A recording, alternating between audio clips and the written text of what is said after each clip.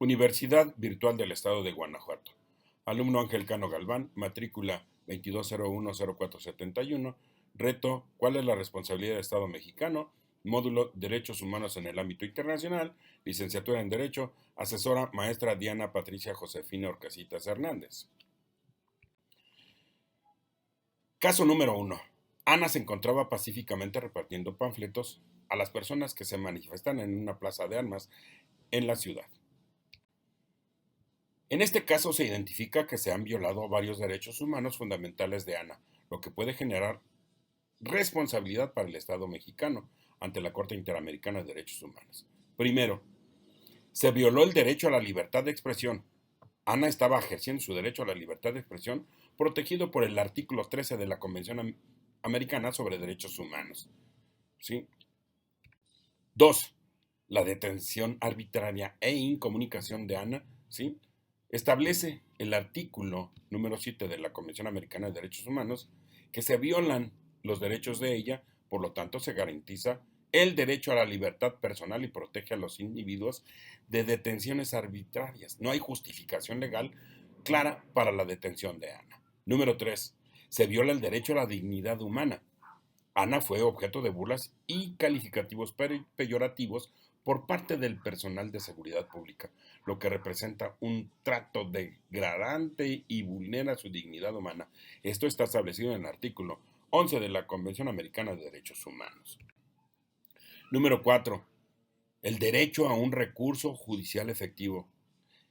En el caso, el hecho es de que las instituciones estatales como la Fiscalía General del Estado y la Comisión Estatal de los Derechos Humanos omitieron iniciar cualquier procedimiento a pesar de la denuncia de Ana, lo que constituye una violación al artículo 25 de la Convención Americana de Derechos Humanos, que garantiza el derecho a un recurso judicial efectivo. El Estado tiene la obligación de proporcionar mecanismos adecuados para investigar las violaciones de derechos humanos y sancionar a los responsables, lo cual no ocurrió en el caso.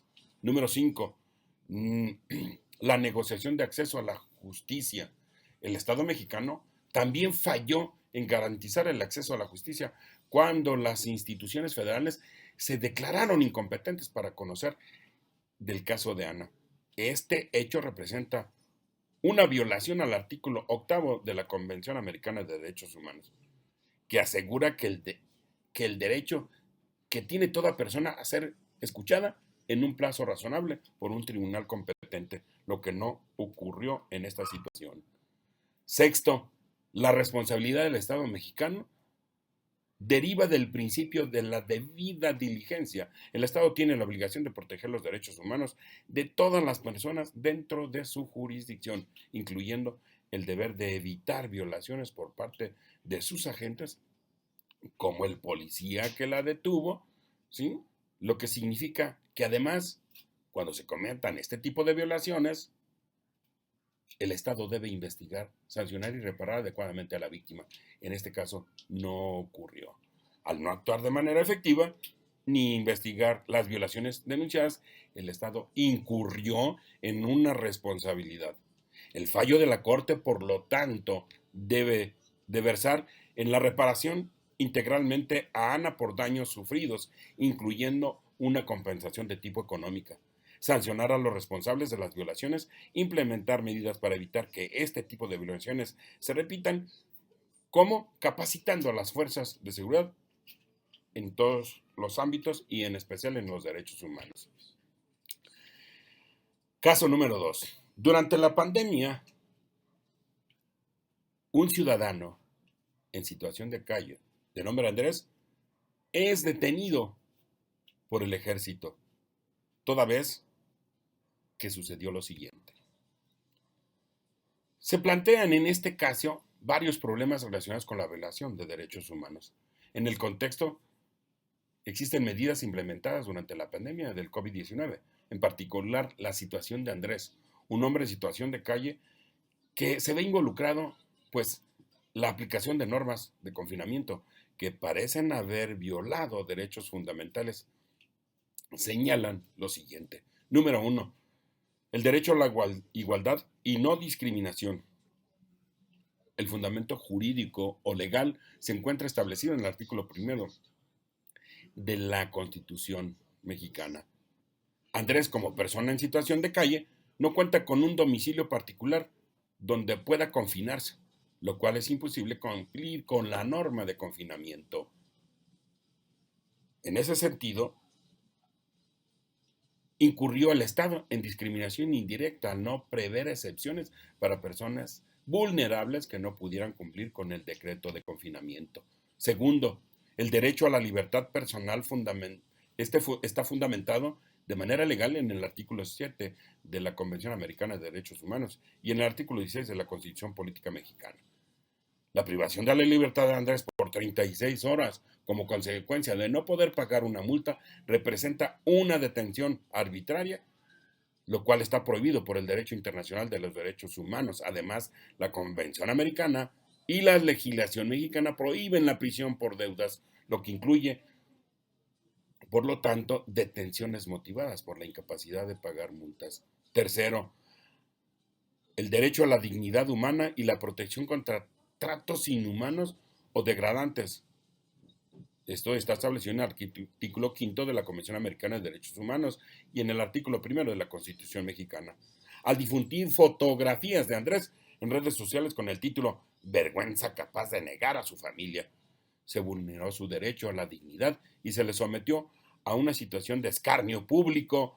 Este tipo de tratos es incompatible con la prohibición de tratos inhumanos o degradantes, especialmente considerando la situación de vulnerabilidad en la que se encontraba.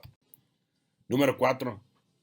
El derecho a la salud y las medidas durante la pandemia.